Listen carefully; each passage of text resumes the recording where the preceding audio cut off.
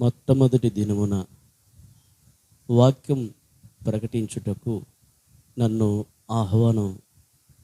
ఆహ్వానించిన దైవజనులకి, స్టెఫెన్ అన్న గారికి, దైవ సేవకురాలకి, అలాగే ఎలి అన్నగారికి, చేరి వచ్చిన మీ అందరికీ యేసుక్రీస్తు నామంలో హృదయపూర్వకమైన వందనాలు. ఒకసారి సంతోషంగా ఉన్న వాళ్ళు హల్లెలూయా చెప్తారా? మంచిది. మీరు కూడా ఏ పని చేసినా సమాధానంతోనే చేయాలి, అవును కదా? సరే, ప్రారంభంలో మనం ఉన్నాం కాబట్టి మీరు కూడా ఒకరికొకరు వందనాలు చెప్పుకోండి. దేని ప్రారంభంలో ఉన్నారన్నయ్య అంటారా? ఈరోజు ప్రారంభం కృతజ్ఞత, యేసయ్య సన్నిధి కృతజ్ఞత పండుగలు ప్రారంభం. పరిశుద్ధాత్మ దేవుడే ప్రారంభం సులభమైన, ముగింపు మహిమకరంగా జరిగించునుగాక. ఆమేన్. ప్రతిరోజు ఈ సంఘం కొరకు, సంఘ సేవకుల కొరకు, మీ అందరి కొరకు మేము ప్రార్థన చేస్తున్నాం అనేదానికి దేవుడే సాక్ష్యం. దేవుడు ఇంకా రాబోయే రోజుల్లో ఈ యేసయ్య సన్నిధి పరిచర్యను, దైవ సేవకుల్ని దేవుడు బలంగా వాడుకొని ఈ పరిచర్యని దేవుడు విస్తరింపజేయునుగాక. ఈ పూట పగలు మరి కొన్ని మాటలు బైబిల్లో నుంచి మీకు నేను తెలియపరుస్తాను. అలాగే ఈ రాత్రి, రేపు పగలు, రేపు రాత్రి కూడా దైవజనులు మీకు చక్కని సందేశాలు మీకు వినిపిస్తారు. చెవు కలిగిన వారు ఆత్మ చెప్పు సంగతులు వినులుగాక. చక్కగా వినండి. మీరే కాదు, మీకు తెలిసిన వారిని, మీ స్నేహితులను కూడా తీసుకొని రండి. అందరు కలిసి కదలి రండి. ఈరోజు సాయంత్రం, రేపు పగలు, రేపు రాత్రికి ఇంకా 3 పూటలు మరి కోడికలు జరుగుతాయి. ఇది మీరు మనసులో పెట్టుకొని మీ బాధ్యతగా దేవునికి మహిమ కలుగునుగాక. దేవుని పనిలో మీరు పాలిభాగస్తులు కాగలరని నేను విశ్వసిస్తూ ఈ విషయాన్ని చెప్తున్నాను. మిమ్మల్ని, మీ కుటుంబాన్ని పేరు పేరున నా యేసయ్య దీవించునుగాక. మంచిది. ఈ పూట ఒక వాక్యాన్ని చదువుకుందాం. ద్వితీయోపదేశకాండం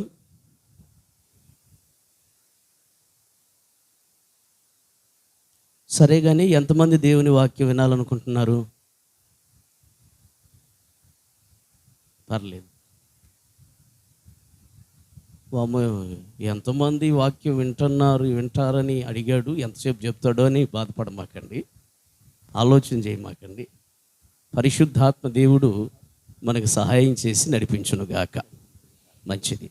ఓకే, ద్వితీయోపదేశకాండం 10వ అధ్యాయము 12-13 వాక్యాలు చదువుకుందాం. మీలో ఎవరైనా చదవగలిగిన వారు ఎవరైనా ఉంటే బిగ్గరగా చదవండి. కాబట్టి ఇశ్రాయేలు, నీ దేవుడైన యెహోవాకు భయపడి ఆయన మార్గములన్నిటిలోనూ నడుచుచు ఆయనను ప్రేమించి నీ దేవుడైన యెహోవాను నీ పూర్ణ మనసుతోనూ నీ పూర్ణ ఆత్మతో సేవించి, చూడండి, నీ మేలు కొరకు నేను ఆజ్ఞాపించు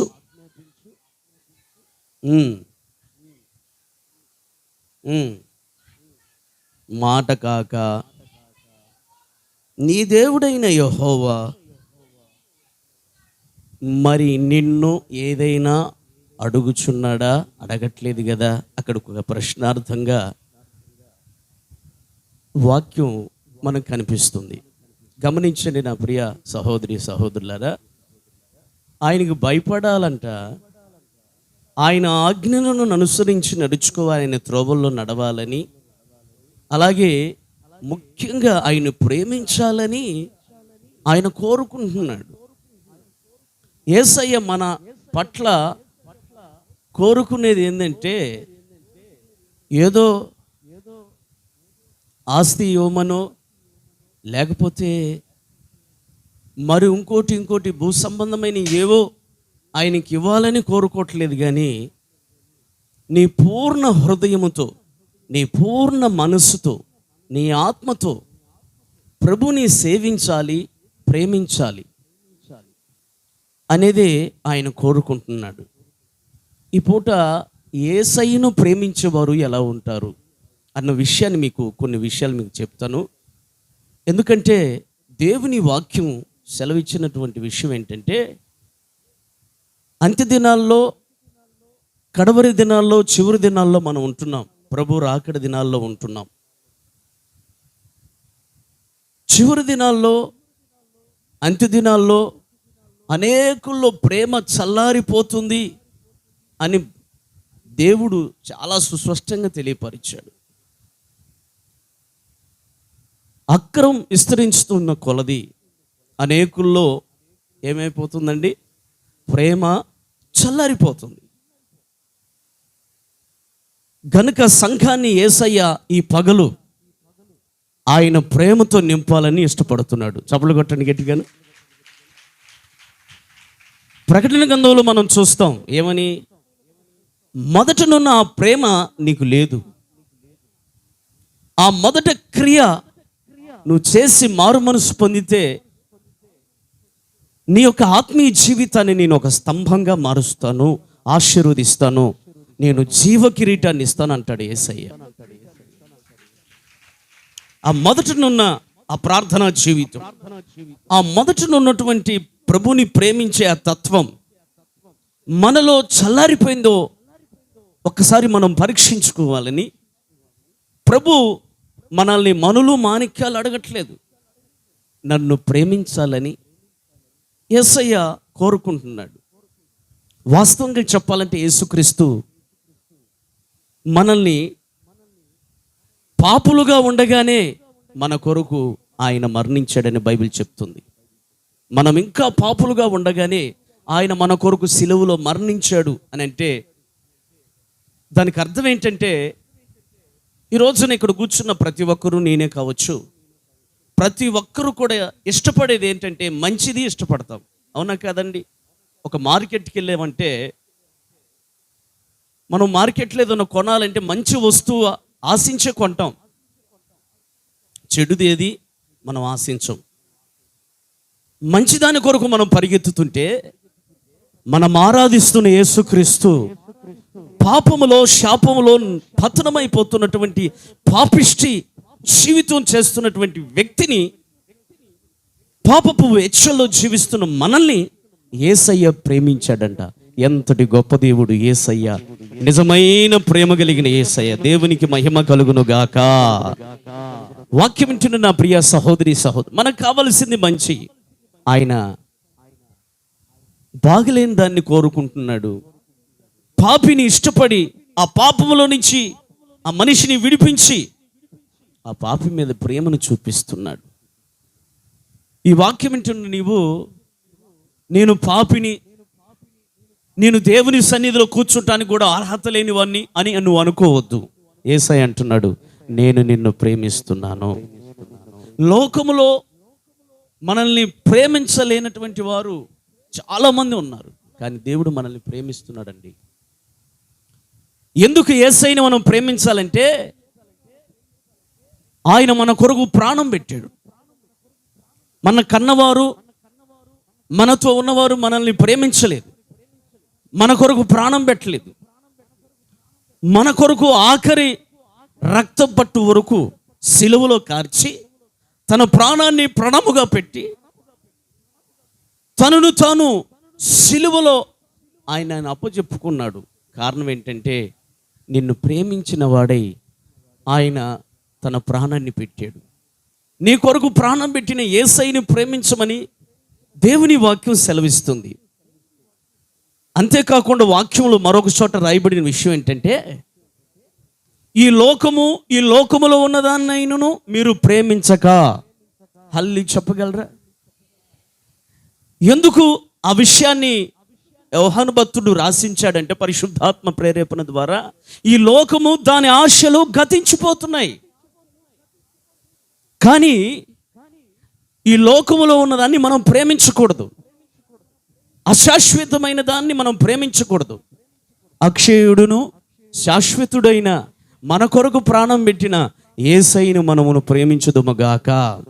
హల్లెలూయా. యేసయ్యను ప్రేమించాలి. అనేకుల్లో ఈ అంత్య దినాల్లో, చివరి దినాల్లో, అపాయకరమైన దినాల్లో అనేకుల్లో ప్రేమ చల్లారిపోతుంది. అక్రమం విస్తరించుతున్న కొలది.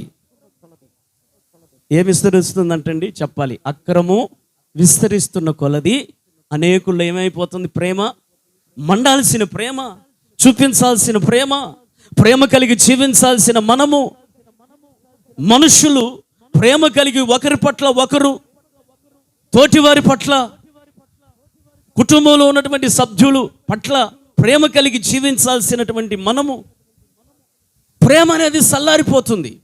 ప్రేమ చల్లారిపోతుంది, అక్రమం విస్తరిస్తుంది. అక్రమం అంటే అక్రమమైన సంబంధాలు, అక్రమమైన మనని కాని ఆస్తి కొరకు ఆశపడటం, అది అక్రమమే. ఈ అక్రమమైన ఆస్తి, అక్రమమైన డబ్బు ఇది విస్తరించే కొలది మనస్సులో భార్యాభర్తల మధ్యలో ఉండవలసిన ప్రేమ చల్లారిపోతుంది. తల్లిదండ్రుల మధ్యలో, పిల్లల మధ్యలో ఉండవలసినటువంటి ప్రేమ చల్లారిపోతుంది. వాక్యం వింటున్న నా ప్రియ సహోదరి సహోదరుడా, ఈ అక్రమమైనది చల్లారి పోవాలి. దేవుని ప్రేమ నీలో మండాలని ప్రభు ఈ పగలు మాట్లాడుతున్నాడు. దేవునికి మహిమ కలుగును గాక. యేసయ్య కోరుకునేది ఏంటంటే మనము ఆయన ప్రేమించాలి. మరొకటి ఆయన ఇష్టపడేది ఏంటంటే, ఈ లోకంలో ఒక విశ్వాసిగా నువ్వు జీవిస్తున్నావు, నన్ను కాకుండా మరి ఏదైనా నువ్వు ప్రేమిస్తే అది నీకు దూరమగునుగాక అని యేసయ్యే అన్నాడు. అంటే యేసయ్యని మనం అంతగా ప్రేమించాలి. ఈ రోజున మన కొరకు ప్రాణం పెట్టాడు, మనల్ని పోషిస్తున్నాడు, ఆదరిస్తున్నాడు. మన పిల్లల పట్ల, కుటుంబాల పట్ల మనం వెళుతున్న ఈ ఆత్మీయ యాత్రలో అన్ని విషయాల్లో ఆయన మనకు తోడై ఉన్నాడు గనుక, మనల్ని నడిపిస్తున్నాడు గనుక, మనకు ఆధారం మరొకటి ఏది లేదు, ఆయనే గనుక ఆయన మనం ప్రేమించాలి. ఈరోజు ఒకసారి నువ్వు పరీక్షించుకోవాలి. అక్కడ ఆయన ప్రేమించే వాళ్ళు ఎలా ఉంటారంటే భయపడతారంట. ఆయన ఆజ్ఞలను అనుసరించి నడుచుకుంటారు. బైబిల్లో మరొక మాట రాయబడి 14వ అధ్యాయం, యోహాను సువార్త మన 14వ అధ్యాయం 15వ వాక్యంలో, నన్ను ప్రేమించేవారు నా మాటను గైకొంటారు. చూడండి, యేసయ్యను మాటలతో ప్రేమిద్దామా, హృదయపూర్వకంగా ప్రేమిద్దామా? అక్కడ ఏం రాయబడింది? నీ దేవుడైన యెహోవాను పూర్ణ హృదయముతోనూ పూర్ణ మనసుతో ప్రేమించాలి. హల్లు చెప్దాం ఒకసారి. ఎలా ప్రేమించాలండి? మాటలతో ప్రేమించే వాళ్ళు ఉన్నారు. ఈ లోకంలో చాలామంది ఉన్నారండి. యేసయ్య అంటే నాకు ఇష్టమని చెప్పేవాళ్ళు చాలామంది. తాగుబోతులు కూడా చెప్తున్నారు. అన్ని జనులు యేసుక్రీస్తుని గురించి పూర్తి అవగాహన తెలియనటువంటి వారు కూడా చెప్తున్నారు, యేసయ్య అంటే నాకు ప్రేమండి అని చెప్తున్నారు. అది నిజంగా ప్రేమించినట్లేనండి? ఆయన ప్రేమించే వాళ్ళు ఎలా ఉంటారు? కొన్ని విషయాలు మనం బైబిల్లో చూస్తే, ఆయన ప్రేమించేవారు ఆయన వెంబడిస్తారు, ఆయన ప్రేమించేవారు ఆయన మాట వింటారు. మీకు ఒక విషయాన్ని మీకు చెప్తాను. పేతురు దగ్గరకు వచ్చి యేసుక్రీస్తు 3 సార్లు అడిగాడు. ఏమని? పేతురు, నన్ను నువ్వు ప్రేమిస్తున్నావా అని అడిగితే, అవునయ్యా నేను ప్రేమిస్తున్నాను అని చెప్పాడు. 2వ సారి అడిగితే అదే మాట అన్నాడు. అయ్యా నేను ప్రేమిస్తున్నానయ్యా అని అన్నాడు. 3వ సారి అడిగేసరికి కాస్త మనసు నొచ్చుకొని, నేను నిన్ను ప్రేమిస్తున్నానో లేదో అన్న సంగతి నీకు తెలియంది ఏముందయ్యా, అది నీకే తెలుసునుగాక అన్నట్లుగా చెప్పాడు సమాధానం. తర్వాత అప్పుడు యేసయ్య ఏమన్నాడంటే, సరే సంఘం నీ మీద కడతాను, ఇంక నీవు నా గొర్రెలను కాయుము, ఒక అద్భుతమైనటువంటి పరిచర్య నీకు అప్పచెప్తాను. దేవునికి మహిమ కలుగునుగాక. దేవుణ్ణి ప్రేమించే వారికే దేవుడు పని అప్పచెప్తాడు. అర్థమవుతుందా మీకు? దేవుడు ప్రేమించే వారికే దేవుడు సమస్తం తన బాధ్యతను అంతటిని అప్పచెప్పేస్తాడు. కొట్టు చప్పట్లు. దేవునికి మహిమ కలుగును. అందరికి అప్పచెప్పడండి, అందరికి అప్పచెప్పడు. ఇప్పుడు పేతురుకి అప్పు చెప్తున్నాడు. అప్పు చెప్పి ఏమంటున్నాడు తెలుసా? పేతురు, ఎన్నాళ్ళు నువ్వు ఇష్టం వచ్చినట్లుగా నడుచుకున్నావు, ఇప్పుడు నుంచి నీకు ఇష్టము కాని చోటికి వేరొకడు నీ నడుమును కట్టి తీసుకొని వెళ్తాడు. ఎవరు మాట్లాడలేదే అంటే ఆ మాటకు అర్థమైందో తెలుసా? ఇప్పుడు దాకా నీకు ఇష్టం వచ్చినట్లుగా నువ్వు నడుచుకున్నావు. అడిగితే ఏమంటున్నావు? పేతురు, నువ్వు నన్ను ప్రేమిస్తున్నావా అంటే, ప్రభువా నేను నిన్ను ప్రేమిస్తున్నానయ్యా అంటున్నావు. నిజంగా నువ్వు నన్ను ప్రేమిస్తున్నావో లేదో అనే దానికి నిదర్శనం ఏంటో తెలుసా? ఇదిగో, వేరొకడు నీ నడుము కడతాడు, నీకు ఇష్టము కాని చోటికి తీసుకొని వెళ్తాడు. ఆయనకి ఇష్టం కానీ మనకిష్టం కాని చోటికి దేవుడు నడిపిస్తున్నప్పుడు, మనం నడిచినప్పుడు ఆయన ప్రేమించినట్టు కొట్టు సప్పట్లు. అది ఆ మాటకు అర్థమవుతుందండి మీకు? ఇప్పుడు నీకు ఒక అరగంట చేసుకోవాలనే ఉంటుంది ప్రార్థన, ఒక అరగంట సేపే చేసుకోవాలని ఉంటుంది నీకు ప్రార్థన, నీకు ఇష్టం ఉంటుంది. కానీ దేవుడు ఇష్టం ఏంటంటే గంట సేపు చేసుకోవాలని ప్రార్థన ఆయనకి ఇష్టం. దానికి నువ్వు సమ్మతిస్తావా? ఏదో ఒక అరగంట ప్రార్థన చేసుకోవడం, ఏదో నీకు నచ్చినప్పుడు, నీకు ఇష్టం వచ్చినప్పుడు మందిరానికి రావటం పోవటం, ఏదో నీకు ఇష్టం వచ్చినప్పుడు పరిచర్య చేయటం, నీకు ఇష్టం వస్తే సేవకుని ప్రేమించటం, లేకపోతే నీకు ఇష్టం వస్తే నీకు అనుగుణంగా పత్తి చేయటం అనేది దేవుణ్ణి ప్రేమించినట్లు కాదండి. దేవునికి ఇష్టం వచ్చినట్లుగా హల్లు చెప్దాం ఒకసారి. దేవునికి ఇష్టం వచ్చినట్లుగా నువ్వు పాడాలి, దేవుడికి ఇష్టం వచ్చినట్లుగా నువ్వు ప్రయాసపడాలి, దేవుడికి ఇష్టం వచ్చినట్లుగా నువ్వు నడిస్తే ఆయన్ని ప్రేమించినట్లు. చాలామంది ఉన్నారండి, యేసయ్యని ప్రేమిస్తాం అన్న వాళ్ళు చాలామంది ఉన్నారు. కానీ ప్రేమిస్తామనే దానికి నిదర్శనం ఏదైనా, ఆధారం ఏదైనా ఉందా అని అంటే, దేవుడు అంటాడు, నిజంగా నన్ను నువ్వు ప్రేమిస్తానికి నిదర్శనం ఏంటంటే, నీకు ఇష్టం కానిది ఏదైతే నువ్వు, నీ ఇష్టమైంది ఏదైతే పక్కన పెట్టి నాకు ఇష్టమైంది ఏదైతే నువ్వు చేస్తావో నన్ను నువ్వు ప్రేమించినట్లు. ఆమేన్ చెప్పండి. ఇప్పుడు అబ్రహాం ఉన్నాడు బైబిల్లో, ఆయన ఒక్కగాను ఒక కుమారుని ఎత్తుకొని, ఎందుకంటే 100 సంవత్సరాల తర్వాత పుట్టాడు కదా, మరి అల్లారు ముద్దుగా పెంచుకుంటున్నాడు చక్కగా. ఇంకా పగలు రాత్రి మధ్యాహ్నం 3 పూట్ల కుమారుడితోనే గడుపుతున్నాడు. ప్రార్థన లేదు, ఏమండి, దేవుని పని లేదు, ఏమీ లేదు, దేవుని ఆరాధించే పని లేదు. ఇంకా ఎప్పుడు ఆ ఇసాకును చూసుకుంటూ మురిసిపోతా ఉన్నాడు.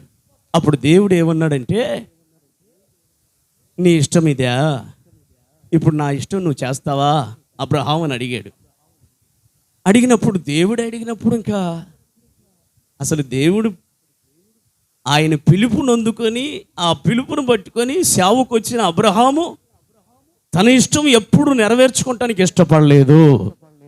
దేవుడు ఇష్టం జరగాలి, అది అవునైనా, అది నష్టమైనా, ఇబ్బంది అయినా, ఇరుకైనా, కరువైనా, మరి అది ఏదైనప్పటికీ కూడా నా జీవితంలో నా ఇష్టం నెరవేర్చబడకూడదు, నా దేవుని ఇష్టం నెరవేర్చబడాలని మోరియా పర్వతం మీదకి తీసుకెళ్ళి ఏం చేశాడండి అబ్రహాము? ఒక్కగాను ఒక కుమారుణ్ణి దేవునికి బలించడానికి సిద్ధపడ్డాడు. నిజంగా వాస్తవంగా చెప్తే అబ్రహాముకి ఇది ఇష్టమా? ఇష్టం కాదు, కానీ దేవుడికి ఇష్టం. అల్లు చెప్పగలవా? దేవునికి ఇష్టమైంది చేశాడు గనుక అతన్ని ప్రేమించిన వాడయ్యాడు. దేవునికి మహిమ కలుగును గాక. ఆకాశములో నుంచి ఒక స్వరం వినపడుతుంది అబ్రహాముకి, అబ్రహాం, నిన్ను నేను ఇస్కరేణు వలె ఆశీర్వదించబోతూ ఉన్నాను. దేవునికి మహిమ కలుగును గాక. చాలా మంది అంటారండి, దారిని పోయే వాళ్ళు కూడా ఏమంటారు, మనం కదిలిచ్చి యేసయ్యని నమ్ముకో, యేసుప్రభుని నీ సొంత రక్షకుడిగా అంగీకరించంటే, యేసుప్రభు ఎక్కడో లేడండి, ఎక్కడున్నారని చెప్తాడు ఒక్కొక్కడు.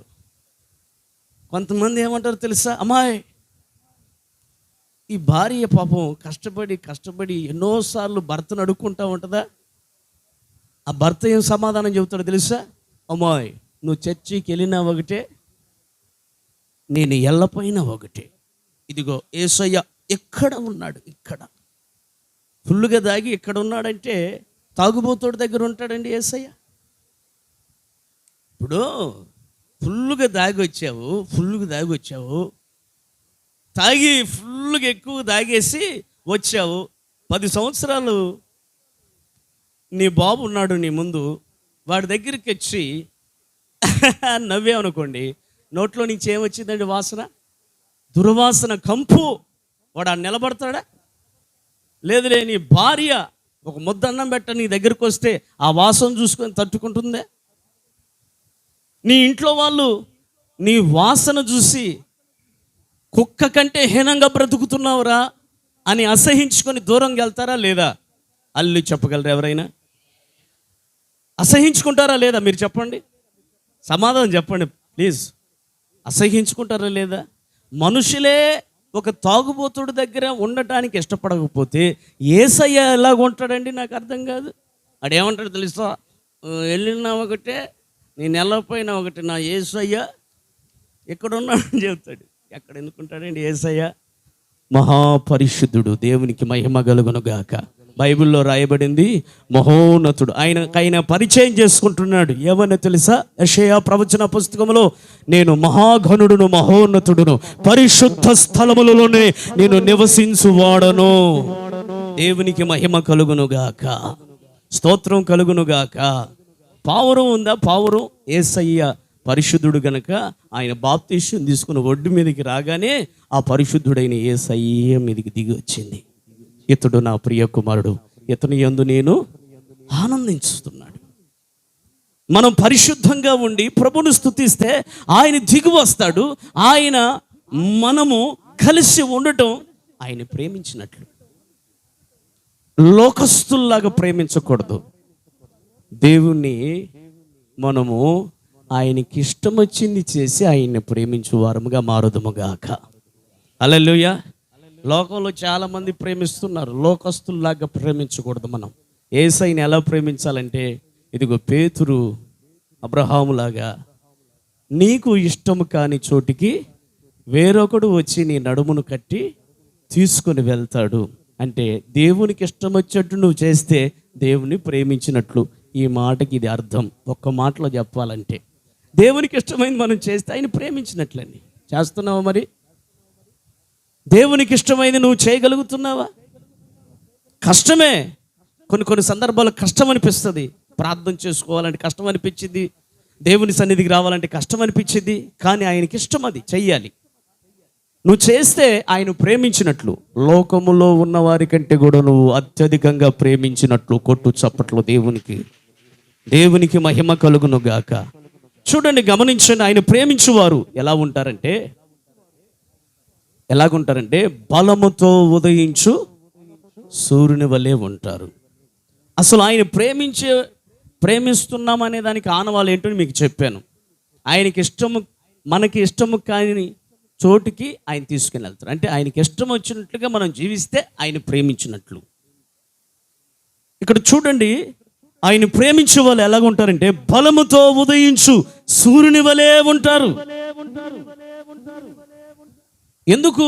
ఆ న్యాయాధిపతుల గ్రంథంలో 5వ అధ్యాయం 31వ వాక్యంలో మనం గమనిస్తే ఆ మాట ఎందుకు దేవుడు రాసించాడంటే, బలముతో ఉదయించు సూర్యుడు, ఒక బలమైన వెలుగు.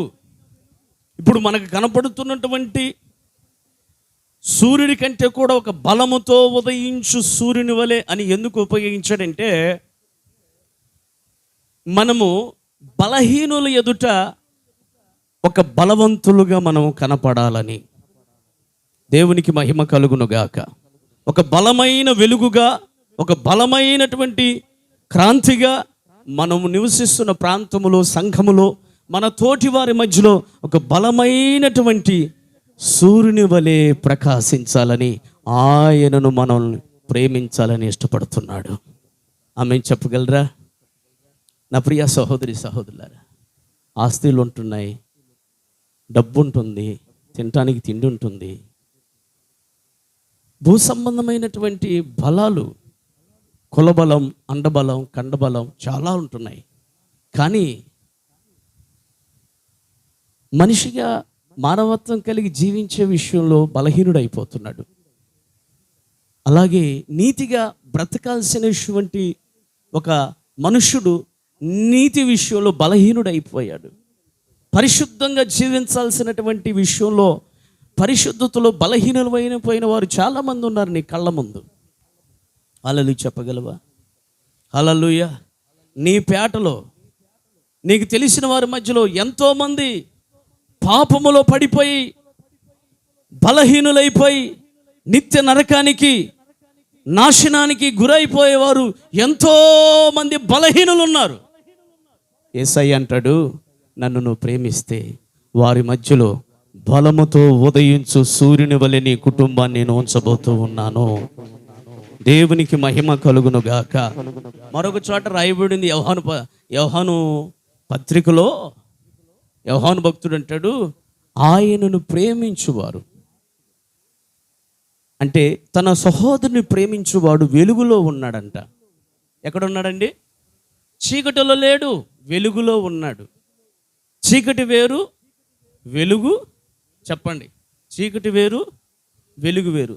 చీకటికి వెలుగుకి ఎంత వ్యత్యాసం అంటే చాలా వ్యత్యాసం. ఈ ఒక్క తలంతు ఇచ్చి దూరదేశం వెళ్ళాడే ఒక పెద్ద మనిషి, ముగ్గురు పిలిచి ఒక వ్యక్తికేమో 5 తలంతులు, మరొక వ్యక్తికేమో 2 తలంతులు, మరొక వ్యక్తికేమో 3వ వ్యక్తికి 1 తలంతు ఇచ్చాడు. ఈ 1 తలంతు వ్యక్తి ఏం చేశాడంటే దాన్ని గొంత దువ్వి పూడ్చి దాన్ని కనుమరుగు చేశాడు. మరి ఆయన పని చూసుకొని కొన్ని రోజులైన తర్వాత యజమానుడు వచ్చిన తర్వాత లెక్క అడగటానికి వచ్చినప్పుడు లెక్క చూస్తే ఈ 1 తలంతు ఇచ్చినటువంటి వారిని ఏమంటున్నాడంటే, చెడ్డదాసుడా. అక్కడున్న పన్నోళ్ళని పిలిచి ఏమంటున్నాడు తెలుసా? వీడిని చేతులు కాళ్ళు కట్టేసి చీకటి అఘాతంలో పడేసేయండి అని ఆయనే చెప్తున్నాడు. ఏమని? అక్కడ చీకటి అనగా అక్కడ పళ్ళు కొరుగుట, చెప్పండి, ఏడుచుట అని రాయబడింది. మత్తయి సువార్త మనం 25వ అధ్యాయం 31, 30 చూడండి. మత్తయి సువార్త మనం 25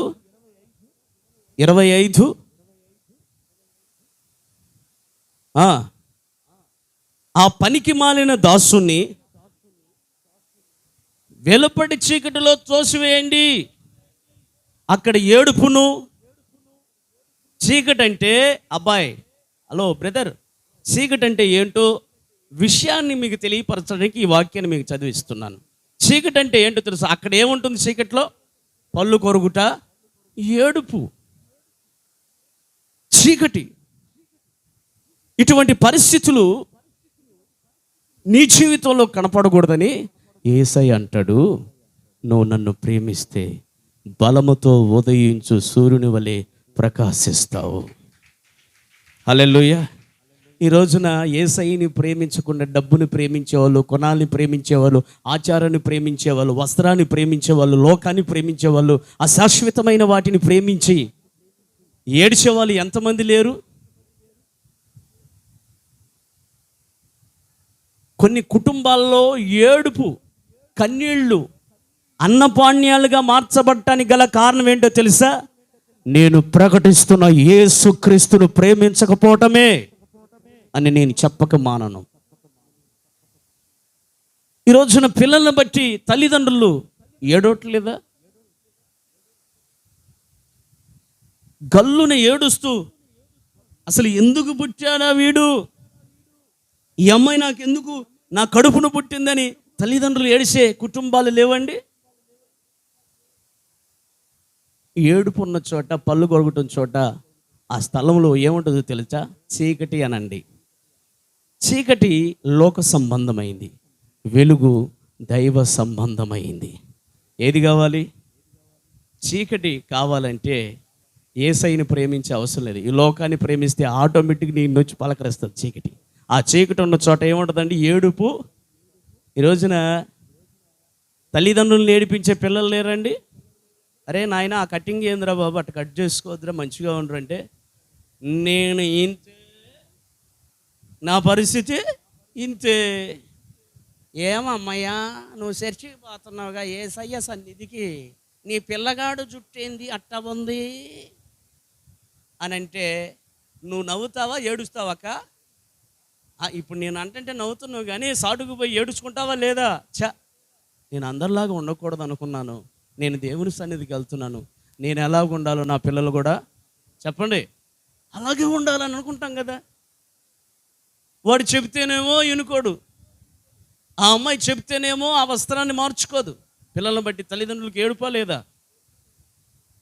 తల్లిదండ్రులు ఏడిపించే పిల్లలు ఎప్పటికీ ఫైల్లోకి రాలేరు. తల్లిదండ్రులను బట్టి పిల్లలు ఏడుస్తున్నారు. భార్యని బట్టి భర్త ఏడుస్తున్నారు. లేరండి? భార్యని బట్టి ఏడిచేవాళ్ళు లేరా భర్తలో? అదే అంటాను, బైబిల్ చెప్తుంది అదే చీకటి. ఏమన్నాడు? వాడిని కాలు చేతులు కట్టేసి అబ్బా ఎక్కడ పడేయాలయ్యా? చీకటిలో పడేయాలి. ఆ చీకటిలో ఏముంది? మీనింగ్ ఏంటి? అక్కడ పళ్ళు కొరుకుట, ఏడుపు. భార్యని బట్టి ఏడిసే భర్తలు లేరండి? నాకు తెలిసిన ఒక సహోదరి నా దగ్గరకు వచ్చి, ఏమండే పాస్టర్ గారు గట్టిగా ప్రార్థన చేయండి, మా భర్త నా మాట వింటలేదు అన్నది. వారు నాయనో అనుకున్నాను నేను. భర్త మాట భార్య అనాలా? భార్యలారా భర్తలకు చెప్పండి లోబడి జీవించండి అని వాక్యం చెబుతుంది. భర్తలారా నీ శరీరం వల్ల నీ భార్యను ప్రేమించండి అని చెప్తుంది. ఇక్కడ వచ్చి మాట్లాడుతుంటే ఈ మాటలు ఏందో నాకు చెవును పడ్డప్పుడు నేను అప్పుడే అనుకున్నాను, ఓహో ఇదేందో ప్లేట్ కొంచెం తిరగబడ్డట్టుంది అన్నట్టున్నాను. ఏంటమ్మా అంటే ఆమంటది, పాస్టర్ గారు ఒక మాట చెప్తాను, నువ్వు కాదనవుగా అని అంటే, చెప్పమ్మా. మరి నువ్వు చెప్పింది నేను వినకపోతే మరలా మందిరానికి రావేమో అన్నట్లుగా చెప్పు అని ఆ అమ్మగారి చేత అన్నీ చెప్పించుకున్నా. ఆమె ఏం చెప్పిందో తెలుసా? పాస్టర్ గారు అండి 30,000 పెట్టి ఫ్రిడ్జ్ తీసుకొచ్చాను, అది కూలు ఎక్కపోతే ఎంత బాధ ఉంటుంది. 20,000 పెట్టి ఏసీ కొనుక్కొచ్చాను, అది పని చేయకపోతే ఎంత బాధ ఉంటుంది.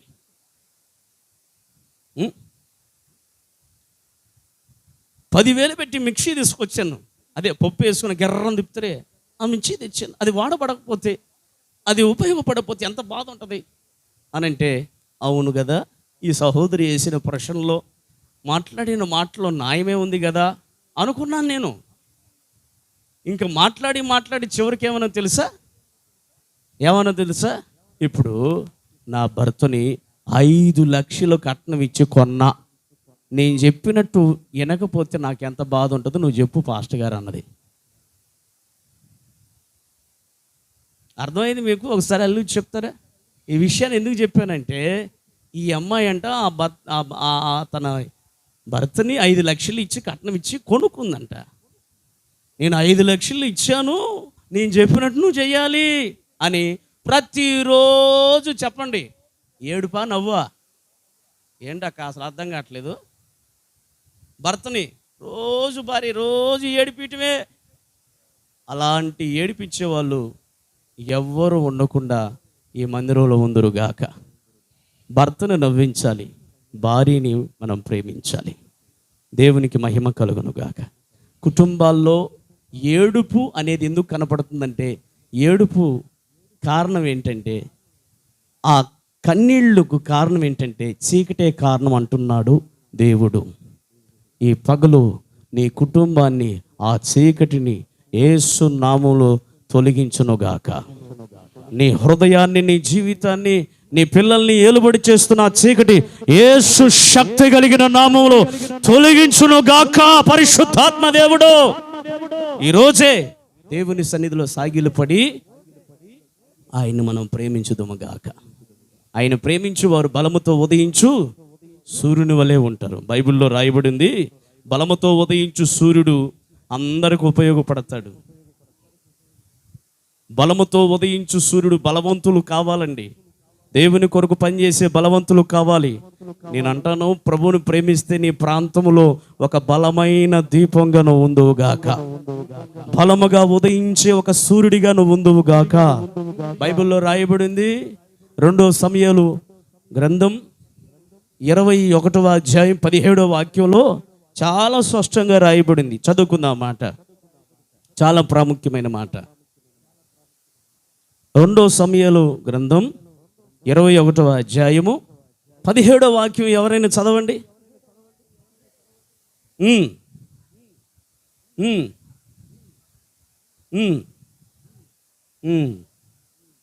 జనులు దీన్ని చూసి ఇశ్రాయేలీయులకు దీపమగు నీవు ఆరిపోకుండునట్లు నీవు ఇక మీదట యుద్ధ రంగంలోనికి రావద్దు. అయ్యా యజమానుడా, అల్లు చెప్పండి ఒకసారి, తలలు పైకెత్తండి, వినండి దేవుడి మాటలు. దేవునికి మహిమ కలుగును గాక. ఇక్కడ ఇజ్రాయేలు ప్రజలకు అందరికి నాయకుడును రాజును ఎవరో తెలుసా? దావీదు. ఈ దావీదు వారికి ఎలాగున్నాడంటే దీపంలా ఉన్నాడు, బలముతో ఉదయించు సూర్యుని వలె ఉన్నాడు. దేవునికి మహిమ కలుగును గాక. దావీదు దేవుని ప్రేమించువాడు అనే దానికి నిదర్శనం ఏంటంటే అపోస్తుల కార్యాలు మనం చదివాం ఏమని? అతడు నా ఇష్టానుసారుడైన మనుషుడు అని. తనకిష్టం వచ్చినట్లు జీవించిన వారు యేసయ్యను ప్రేమించిన వారండి. ఈరోజు దేవుని సన్నిధిలో నీ ప్రాంతపు వారికి, నీ సంఘపు వారికి, నీ బంధువులకి, నీ కులస్తులకి నీ ఒక వెలుగునిచ్చే దీపముగా ఉందువుగాక. ఆమేన్. ఇలాగ దేవుడు నిన్ను ఉంచుతాడు. ఆయన నువ్వు ప్రేమించి చూడు. ఈరోజు నుంచి యేసయ్య ఆయన కోరుకునేది ఏంటంటే ఆయన్ను ప్రేమిస్తే ఆయన నిన్ను, నీ యొక్క కుటుంబాన్ని, నీ పిల్లల్ని, నీ తోటి వారికి, నీ సమకాలీకులకి ఒక దీపముగా బలముతో ఉదయించు సూర్యునిలాగా ఉంచాలనుకుంటున్నాడు. ఆమెను చెప్పుకోండి ఒకసారి బిగ్గరగాను. నా దేవుడు ఈ పరిచర్యను కూడా దేవుడు ఆ విధంగా బలముతో ఉదయించు సూర్యుని వలె ఈ పరిచర్యని దేవుడు మార్చునుగాక. ఎప్పుడు మారుస్తాడు తెలుసా? సేవకుడు యేసయ్యని ప్రేమించాలి, సంఘం అంతా కూడా. హలో, అర్థమవుతుంది బ్రదర్? యేసయ్యని ప్రేమించే తత్వం ఎక్కడుంటుందో అక్కడ బలమైన కార్యాలు యేసయ్య యేసు నామములో జరిగించబోతూ ఉన్నాడు. కొట్టు, ఆయన నామానికి మహిమ కలుగునట్లు చప్పట్లు. దేవునికి మహిమ కలుగునుగాక. అయ్యా, నువ్వు ఇశ్రాయేలీయులకి దీపము, నువ్వు ఆరిపోకూడదు, నువ్వు వెలుగుతూ ఉండాలి. ఎందుకు వెలుగుతూ ఉండాలంటే ఇంకా నశించిపోతున్న ప్రజలు ఎందరో ఉన్నారు నీ ప్రాంతములో, నీ కులస్తుల మధ్యలో, నీకు తెలిసిన వారి మధ్యలో ఎంతో మంది చీకటిలో, అదిగో అంధకారములో నశించిపోతున్న ప్రజలు ఎంతో మంది ఉన్నారు. వారి మధ్యలో నువ్వు బలముతో ఉదయించు సూర్యుని వలె, దీపం వలె ప్రకాశించాలి. యేసు నామములో కొట్టు చప్పట్లు. దేవునికి మహిమ కలుగును గాక. హల్లెలూయా చెప్పండి, రెండు చేతులు ఎత్తి. ఈ రోజున దేవుని సన్నిధిలో ఒక తీర్మానం చేసుకుని, నా యేసయ్య నేను ప్రేమిస్తాను. నాకు డబ్బు ఉండొచ్చు, ఆస్తి ఉండొచ్చు, కులస్తులు మా కులం గొప్ప కులమై ఉండొచ్చు, నాకు జ్ఞానం ఉండొచ్చు, ఉండొచ్చు అండి, తప్పులేదు. కానీ యేసయ్యని ప్రేమిస్తున్నావా లేదా? వాటికంటే ఎక్కువగా యేసయ్యని ప్రేమిస్తే నీ ప్రాంతంలో నా దేవుడు బలముతో ఉదయించు సూర్యుని వలె దేవుడు మార్చునుగాక. ఈ సూర్యుడు తన వరకే ఉపయోగేటట్లు ప్రకాశించడు, అనేకులకు వెలుగునిచ్చేటట్లుగా. మనం వెలుగు సంబంధం, అల్లెలు చెప్పండి. మనం ఏ సంబంధంలో? చీకటి సంబంధం కాదు, వెలుగు సంబంధం. కాబట్టి దేవుని సన్నిధిలో ఆయన ప్రేమించడం నేర్చుకొని ఈ సభలు, ఈ కృతజ్ఞత పండుగలు ప్రారంభంలోనే మనలో ప్రేమ మండుతుందా, చల్లారిపోయిందా, మనం పరీక్షించుకుందాము గాక. యేసయ్యని ప్రేమిస్తే నిజముగా ప్రభు ప్రకటించిన రీతిగా ఈ మాటలను బట్టి నీవు ఎటువంటి వ్యక్తివైనా సరే, ఏ స్థితిలో ఉన్నా సరే, తప్పనిసరిగా నా దేవుడు ఒక దీపముగా, బలముతో ఉదయించు సూర్యునిగా నువ్వు ఉందువుగాక. ఆమె నువ్వు ఆరిపోకూడదు.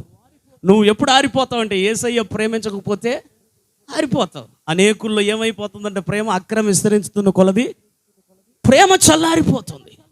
ప్రేమ నీలో, యేసయ్యని ప్రేమించే ప్రేమ నీలో మండుతున్నప్పుడు బలముతో ఉదయించు సూర్యుని వలె ఉంటావు. హల్లెలూయా చెప్పగలవా? దేవునికి మహిమ కలుగునుగాక. రెండో విషయాన్ని చెప్తాను. అతడు నన్ను ప్రేమిస్తున్నాడు గనుక అతను నేను తప్పించెదను. మీరు చూడండి 91వ కీర్తన 14వ అధ్యాయం నుంచి 16వ వాక్యం వరకు, అంటే 3 వాక్యాలు అక్కడ కనపడతాయి. అతడు నేను అనండి ఒకసారి, నా వెనక అనండి. అక్క అల్లు చెప్పండి ఒకసారి, 2 చేతులు చెప్పగలరా? చూడండి, అతడు అనండి నా వెనక. అతడు నేను అతడు నేను. ఇది దగ్గర సంబంధమా దూరం సంబంధమా బ్రదర్? దగ్గర సంబంధం దూర సంబంధమా? చాలా దగ్గర సంబంధం. నిజం, యేసయ్యకి మనకు ఉండవలసిన సంబంధం అలాంటిది. హల్లెలూయా చెప్పండి. రోమపత్రికలో పౌలు గారు ఏమంటారంటే, కరువైనను ఖడ్గమైనను వస్త్రహీనత అయినను అది ఏదైనను క్రీస్తు ప్రేమ నుంచి మనల్ని ఎవడు ఎడబాపగలడు. కొడతాడు అనుకున్నాను చప్పట్లు. చూడండి, గమనించండి, చదవండి, ఆ మాటను చదవండి. ఎవరైనా చదవగలిగే వాళ్ళు ఉంటే చదవండి. 91వ కీర్తన 14. అతడు, గమనించండి, నేను అన్న మాటలు కనబడతాయి. అతడు నన్ను ప్రేమిస్తున్నాడు గనక నేను అతన్ని తప్పించెదను. అతడు నా నామాన్ని ఎరిగాను గనుక నేను అతన్ని గణపరిచెదను.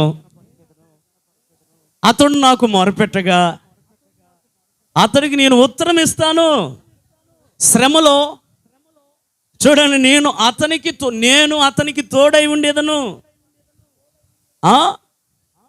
అతని విడిపించి చూసాడండి, గొప్ప చేసేదను. దీర్ఘాయువు చేత అతన్ని నేను తృప్తిపరిచేదను. చూడండి, నేను ఆయనకు నా రక్షణను చూపించేదను. ఆమేన్ చెప్పండి. ఈ వాక్యం వింటున్న నా ప్రియ సహోదరి సహోదరుడా, యేసయ్యని ప్రేమిస్తే అతడు నీవు ఆయన నీకు దగ్గర సంబంధం ఏర్పడింది. అల్లి చెప్పండి, 2 చేతులు ఎత్తి. నీలో నేనుండుటే, బైబిల్లో రాయబడింది, జగత్ పునాది వేయబడక ముందే మనల్ని క్రీస్తులో ఆయన సృష్టించుకునెను. ఆమె తల్లి గర్భములో పిండముగా రూపింపబడక మునిపే మనం ఊహించలేదు, తలంచలేదు, మనము కలగనలేదు. ఏమని? క్రీస్తులో మనం ఉంటామని కలగనలేదండి. నీలో నేనుండుటే, నాలో నీవుండుటే నా ఆత్మీయానుభవమే.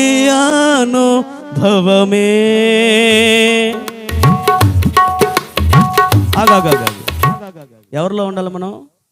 డబ్బులో ఉండాలా? లోకంలో ఉండాలా? లోక ప్రేమలో ఉండాలా? బ్రదర్, ఎవరిలో ఉండాలి మనం?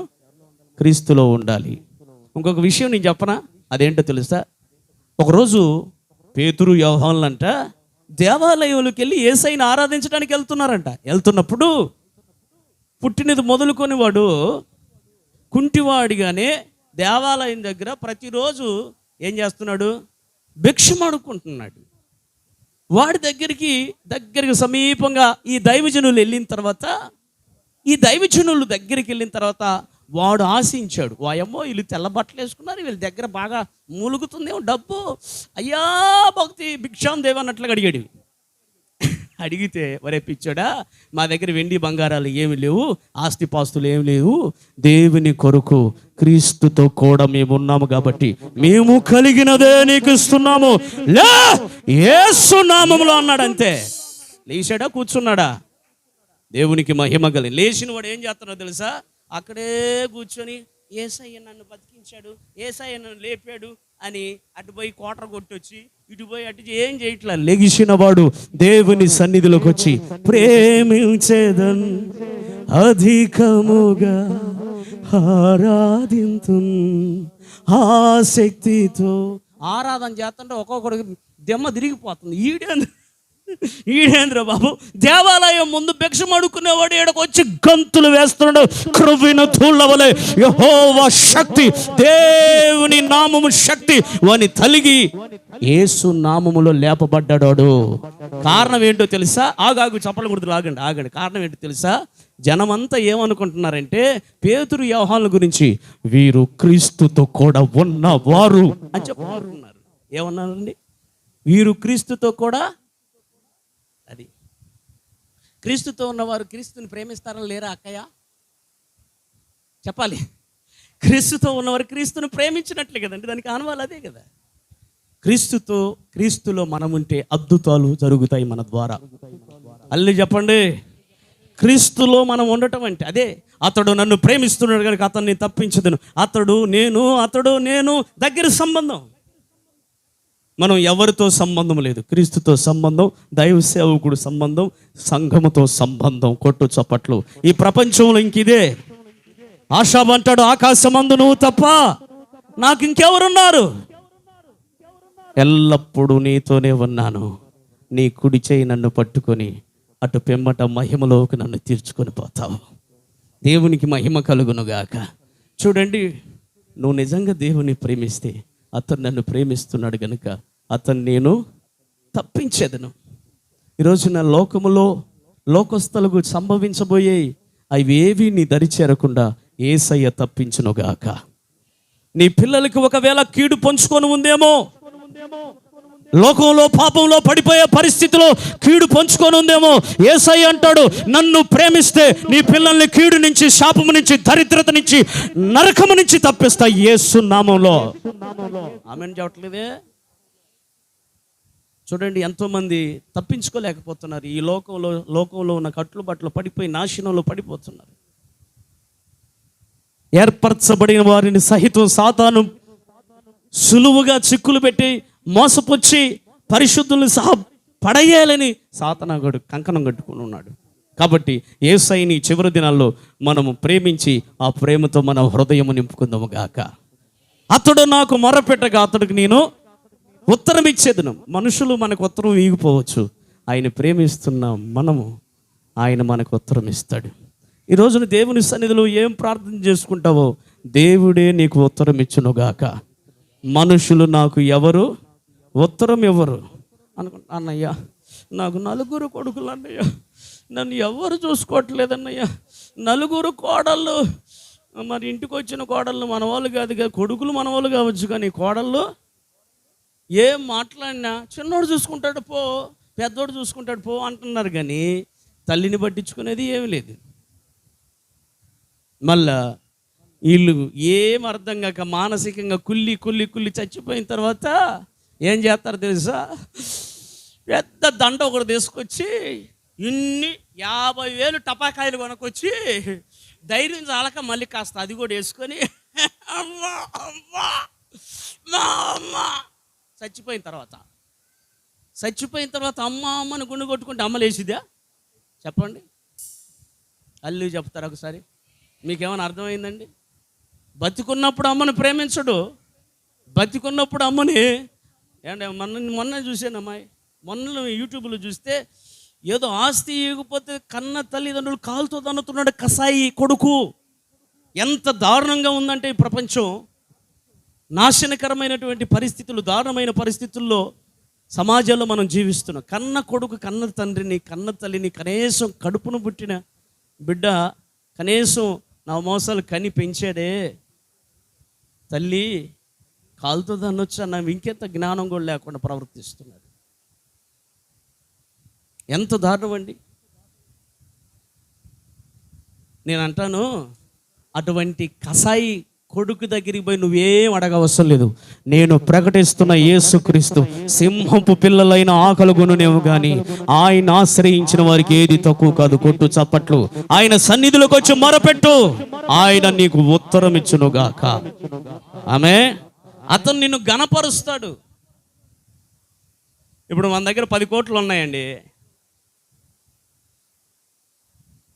ఇటు పోయామనుకో, సమాజంలోకి వెళ్ళామనుకోండి, ఏమంటారు? పోరా, నీకు కాకున్నాయి, మాకు కూడా ఉన్నాయి లేరా పోరా అన్నట్టుగా మాట్లాడతారు. డబ్బు వలన ఘనత వచ్చిందండి? వచ్చినా ఒకవేళ తాత్కాలికం వరకే అని నేను చెప్తాను. డబ్బు ఉన్నాడు ఒకడు వచ్చాడు అనుకోండి, వాడు అన్నీ వేసుకొని తిరుగుతున్నాడు, బాగానే కనపడుతున్నాడు, సమాజానికి ఏం ఉపయోగం లేదు, వాడి వరకే వాడికి ఉపయోగకరంగా డబ్బు. వాడి ముందు కొంచెం డబ్బు ఉన్నాడు కాబట్టి సలాం అలైకుం, బాగున్నావా, అది ఇదే నటిస్తారు. వాడు పోయిన తర్వాత ఈ డబ్బు ఈడు శాశ్వతం అండి ఈ డబ్బు అని అనరా లేదా? అల్లు చెప్పండి. ఇప్పుడు నేను ఆ మాటను బట్టి ఆ డబ్బు వలన అతనికి ఏమైనా గౌరవం వచ్చిందండి, ఘనత వచ్చిందండి? నేను అంటాను, యేసయ్య ద్వారా కలిగే ఘనత వేరు, లోకములో ఉన్నటువంటి వాటి వలన కలిగే ఘనత వేరు. లోకంలో కలిగిన వాటి వలన నీకు కొంతవరకే ఘనత ఉంటుంది. యేసయ్య నిన్ను ఘనపరిస్తే, నిన్ను ఘనపరచాలనుకుంటే ప్రపంచమంతటికి ఒక అద్భుతమైనటువంటి వ్యక్తిగా నువ్వు మారుదువుగాక. హల్లెలూయా చెప్పండి. దేవునికి మహిమ కలుగునుగాక, దేవునికి స్తోత్రం కలుగునుగాక. ఇప్పుడు ఆయన ప్రేమించండి.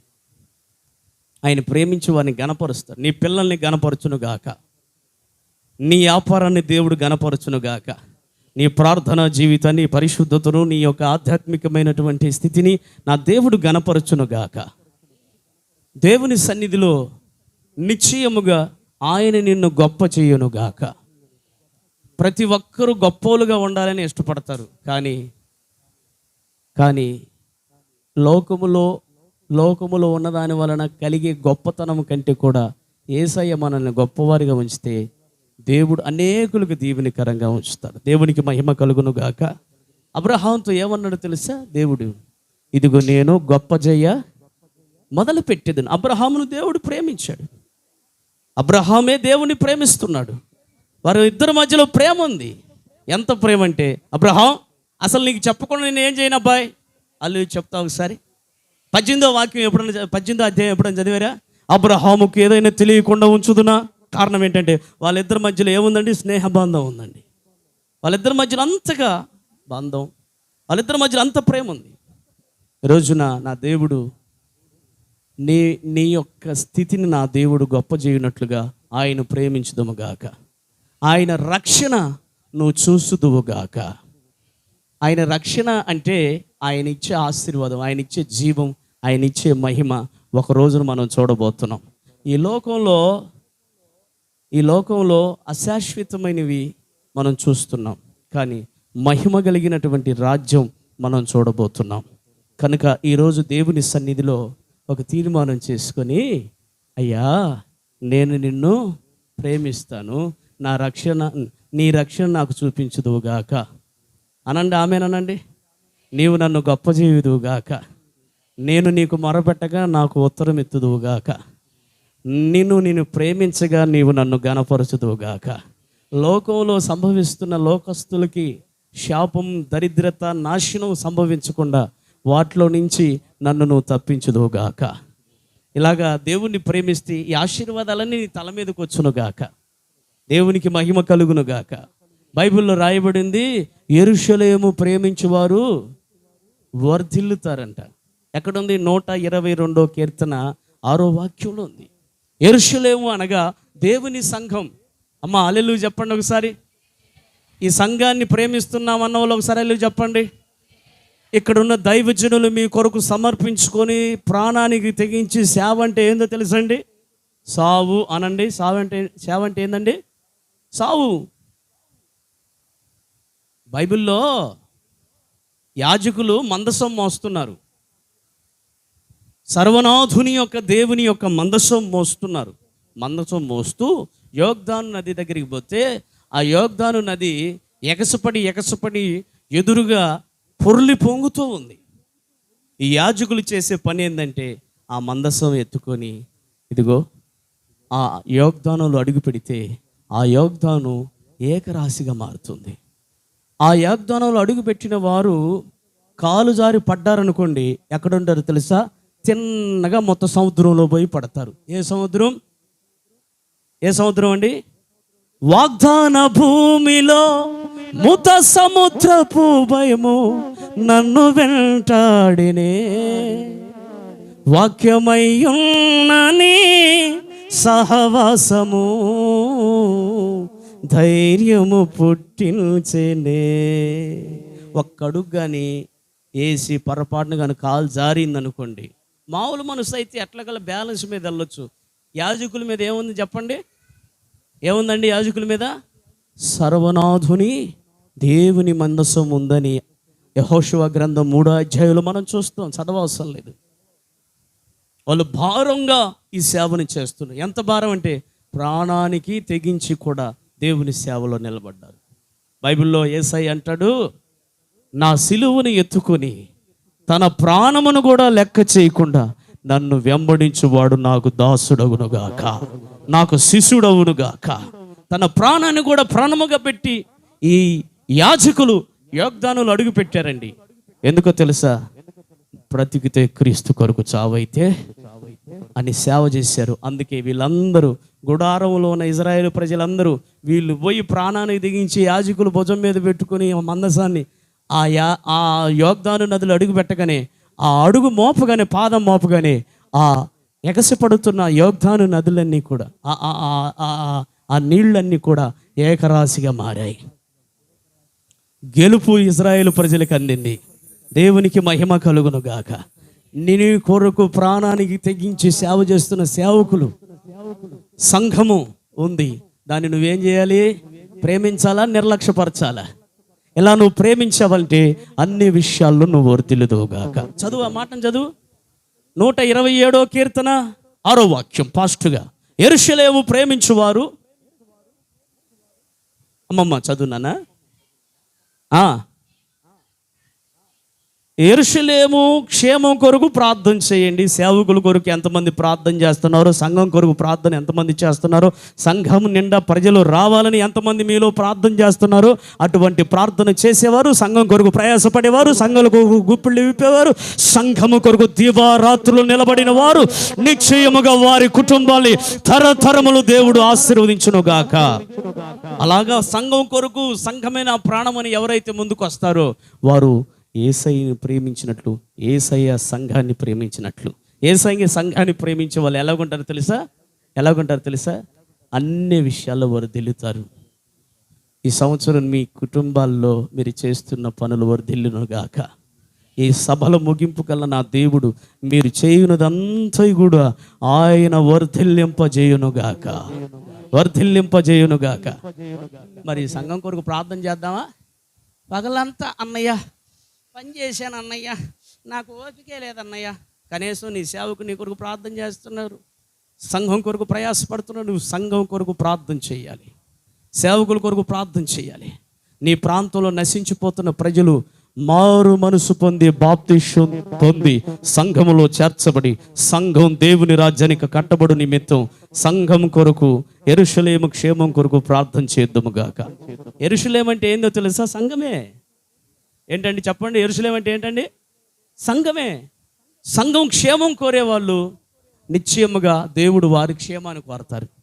నా దేవుడు నీకు క్షేమము, సమాధానము, అభివృద్ధి నిశ్చయముగా నీ యొక్క ఆత్మీయ జీవితాన్ని, నీ పిల్లల జీవితాన్ని వర్ధిల్లింప చేయునుగాక. ఒకసారి యేసయ్య కొరకు, యేసయ్య స్వరక్తం ఇచ్చి కొన్న సంఘం కోసం ప్రార్థన చేయి. ఈ సంఘం కొరకు క్షేమం కోరు. ఏం కోరాలి? సంఘం కోసం క్షేమం కోరాలి, కానీ కీడు కోరకూడదు. మన సంఘం గురించి చెప్పాలి. అల్లెలూయా చెప్పండి. మన సేవకుడి గురించి చెప్పాలి. ప్రాణానికి తెగించి సేవ చేస్తున్నాడు. ఆదివారం వస్తారు, తర్వాత మళ్ళీ ఆదివారమే వచ్చేది. ఈ మధ్యలో ఇక్కడ ఏం జరుగుతుంది ఏమని తెలుసండి? ఏమని తెలుసా? నీ సేవకుడు మీరు ఎవరు రాకపోయినా ఆ వారం అంతా మా బిడ్డలు మరి ఆదివారం వస్తారు, వారి కొరకు నేను సిద్ధపడాలి, వారికి సమృద్ధి అయిన వాక్య ఆహారం పెట్టి పంపించాలని రాత్రింబర్లు ఇదిగో మీ కొరకు ప్రయాసపడే సేవకుడు ఇక్కడ ఉన్నాడు.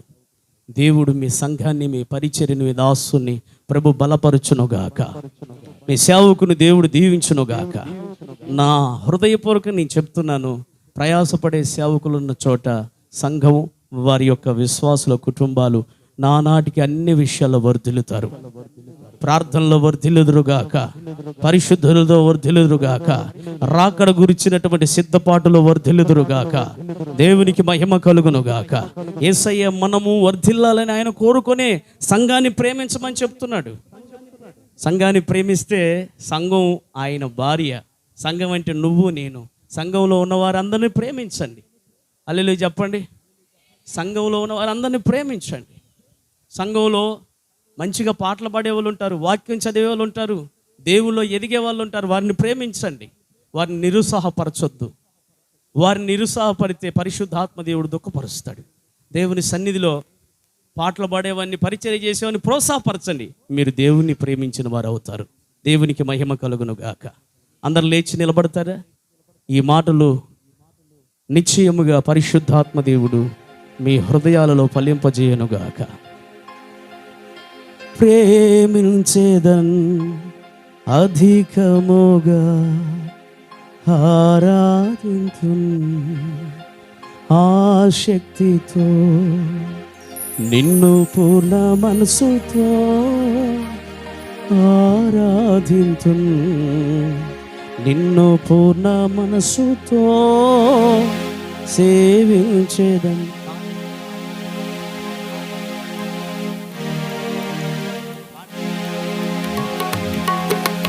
ఆరాధన ఆరాధన నా యేసుకే ఆరాధన ఆరాధన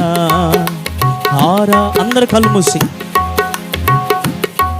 నా యేసుకే ఆరాధన ఆరాధన. ఎబినేజరే ఎబినేజరే ఇంతవరకు ఆదుకున్నావే. ఎబినేజరే ఎబినేజరే ఇంతవరకు ఆదుకున్నావే. ఇంతవరకు ఆదుకున్నావే. నిన్ను పూర్ణ మనసుతో ఆరాధింతున్ నిన్ను పూర్ణ బలముతో సేవించేదను.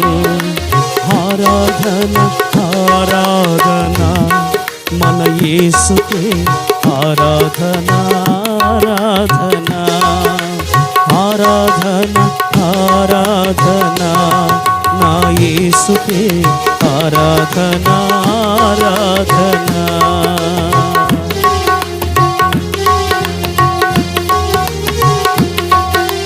చప్పట్లు కొడుతూ ప్రభు నామని మహిమపడతాం.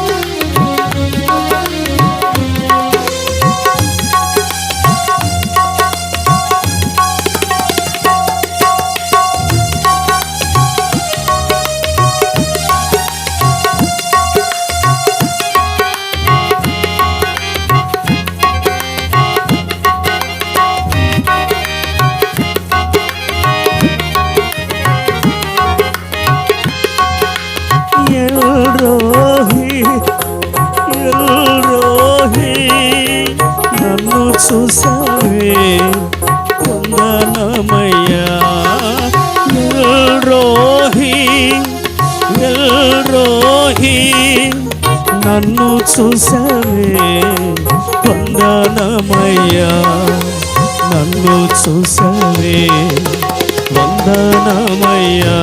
నిన్ను పూర్ణ మనసుతో ఆరాధింతున్ నిన్ను పూర్ణ బలముతో సేవించేదన్. నిన్ను పూర్ణ మనసుతో ప్రేమించేదన్. నిన్ను పూర్ణ మనసుతో ఆరాధింతున్. ఆరాధన ఆరాధన నా యేసుకే ఆరాధన ఆరాధన ఆరాధన ఆరాధన మన యేసుకే ఆరాధన ఆరాధన. ప్రేమించేదన్ అధికముగా ఆరాధింతున్ ఆసక్తితో ప్రేమించేదన్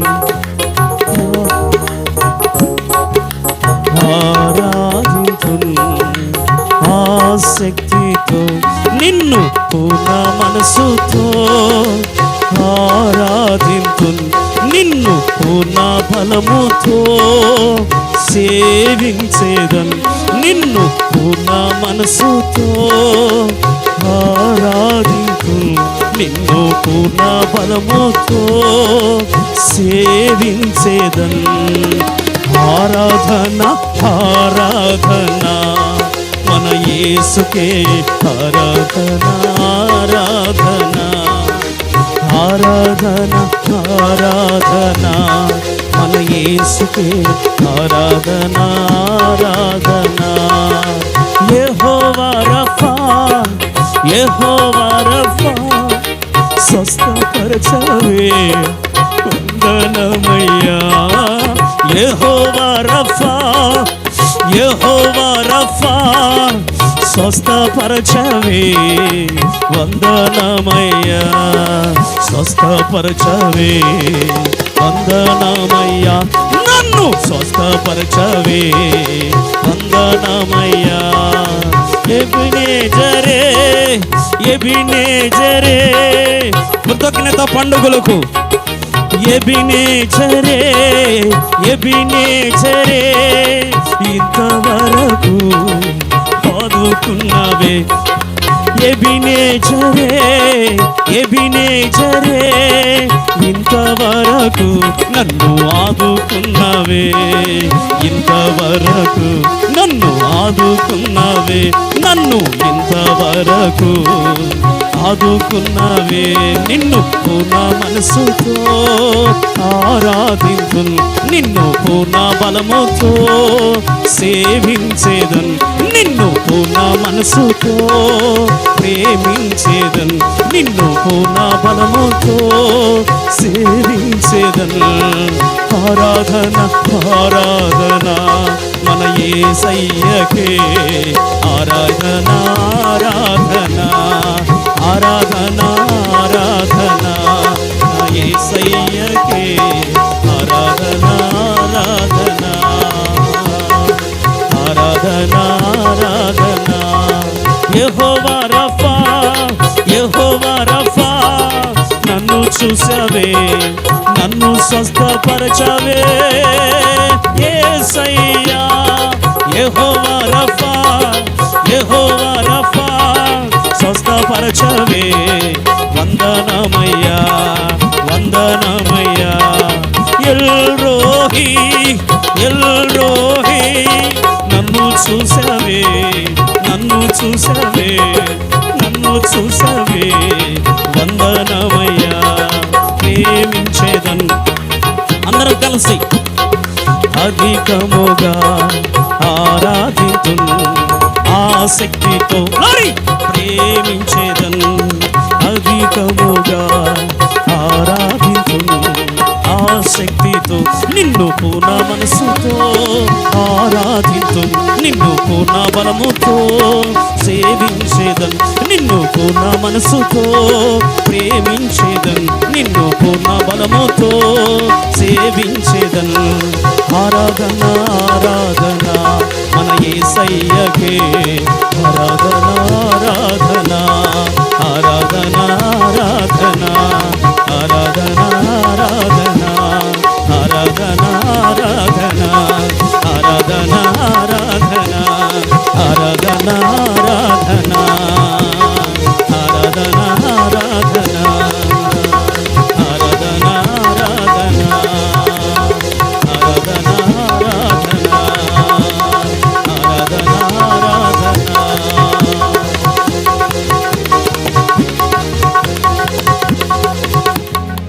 ఆరాధన ఆరాధన. ప్రభు కోరుకునేది ఈ చివరి దినాల్లో, కడబరి దినాల్లో అనేకుల్లో అక్రమ విస్తరిస్తున్న కొలది ప్రేమ చల్లారిపోతుంది కనుక దేవుడు నన్ను ప్రేమించండి కోరుకున్నాడు. ప్రేమించువారు బలముతో ఉదయించు సూర్యుని వలె, ప్రేమించువారు అన్ని విషయాల్లో వారు గొప్ప చేయబడతారు. ఆయన్ని ప్రేమించువారు నానాటికి వర్ధిల్లుతారని ప్రభు నీతో నాతో మాట్లాడి ఉండగా, ప్రియ సహోదరి సహోదరుడు, ప్రభుని ప్రేమించేటట్లుగా మనం ఇష్టం వచ్చినట్లుగా మనం నడుచుకుంటే కాదు, దేవుడికి ఇష్టం వచ్చినట్లుగా నడుచుకుంటేనే ఆయన ప్రేమించినట్లు. ఈరోజు ఒక